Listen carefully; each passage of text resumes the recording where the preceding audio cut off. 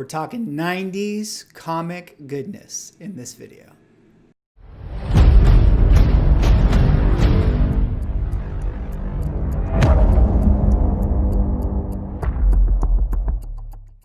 Ladies and gentlemen, welcome back to another video with Swaggle Haas. Today I wanted to talk about the 90s comic mini boom that seems to be happening in the market. For those who don't know, within the comic collecting community, comics like Teenage Mutant Ninja Turtles, Transformers, G.I. Joe, Darkhawk, even Sleepwalker, etc. A lot of these comics have really begun to explode on the market. And I kind of wanted to talk a little about why I think that is. With comic books, we feel like we are trading in a medium known as graphic art assembled in the form of a paper floppy. But really, it's my opinion that comic books are more than that. Comic books, in a way, are a pop culture nostalgia encapsulated in a book that we enjoy.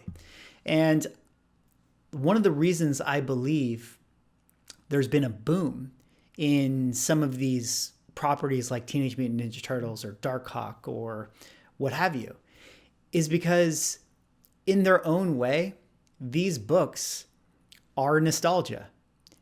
And what we're seeing now, being that we're 30 years removed from the early 90s, is you have a lot of collectors who were kids back then, who now have money in their pockets, and they want to recapture some of that nostalgia. I have next to me here, for instance, these X-Men books.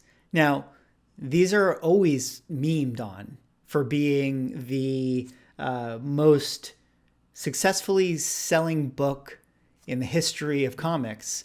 And additionally, they're joked on because you can find them in dollar bins everywhere, every comic store you go. They have no value. But what I find interesting is because they represent a moment in time, there's always going to be a place, a special place in the hearts of collectors for these comics, whether they love them or hate them. Similarly, when we look at something like Death of Superman, which was about as gimmicky as the 90s kind of got, this issue in its own right is a moment in time that kind of captures an element of nostalgia that we as collectors all have. And so long as these books kind of represent a certain moment of time, there will always be a desire for people to own them. Now, I'm not saying that these comics are ever going to have value. They're never going to blow up in the way of a Silver Age comic would. But as we continue to move on in time, and as people continue to be into collecting and finding comics, there will be a day when these books themselves are somewhat rare or scarce, or people might feel like they want one of these in their collection just for the significance of it. And that's what I feel like we're starting to see with hobbyists looking at things like Darkhawk or Sleepwalker. Granted, there's a lot of speculation that people want to score big if Darkhawk or Sleepwalker or whoever becomes a big MCU character, then people will be excited to flip those books.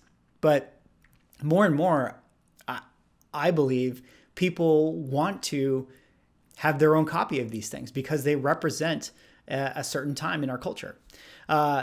Additionally, one of the things that people meme on for these books is because they came out in the 90s or the late 80s. At that point in time, comic collecting was sort of known. So much of the reason why a lot of the Silver Age and Golden Age books are so valuable is because they're just rare and they weren't well kept throughout the year. So when you find, an Action Comics #1 in mint condition, it's truly, truly, truly special, because nobody back then believed that these comics were going to have any significance or value later on. So when you get to the 80s and 90s, these books, people thought that, oh, I should hold on to this because maybe it's going to be valuable one day. And everyone had that idea. So that's why there's a lot of supply within this sort of supply and demand market of comic books. You can find Darkhawk ones. Everyone kept theirs in good condition.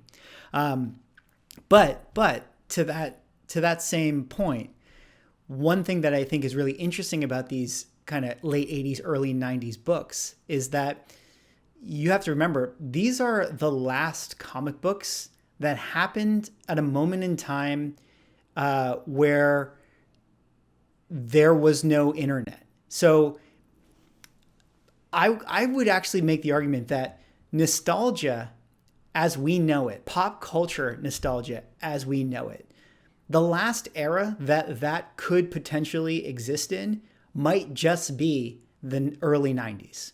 Because once you got to the mid 90s, late 90s, 2000s, etc., that's when the internet started to really take shape, take form.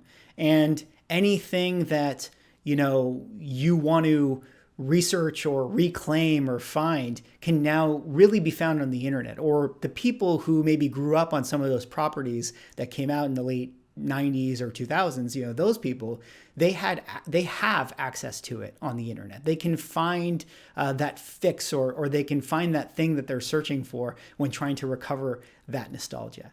Whereas the early 90s, that was sort of the last era of there being a little bit of a cloud over pop culture, where people weren't communicating. If you wanted to find that Darkhawk one, you couldn't research on the internet. It was things were still disconnected in that way.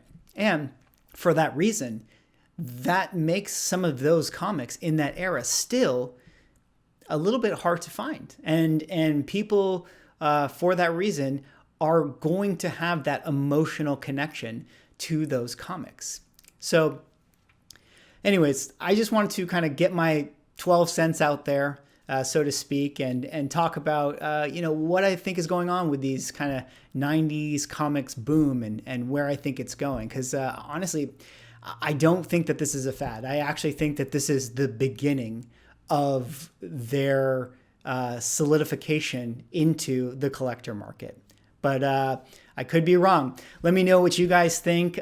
Please, leave a comment, drop me a like, or give me a subscribe if you are enjoying my content. I hope you guys all had a great Thanksgiving, and be safe out there if you're shopping for comic books on Black Friday. And I will see you in the next video.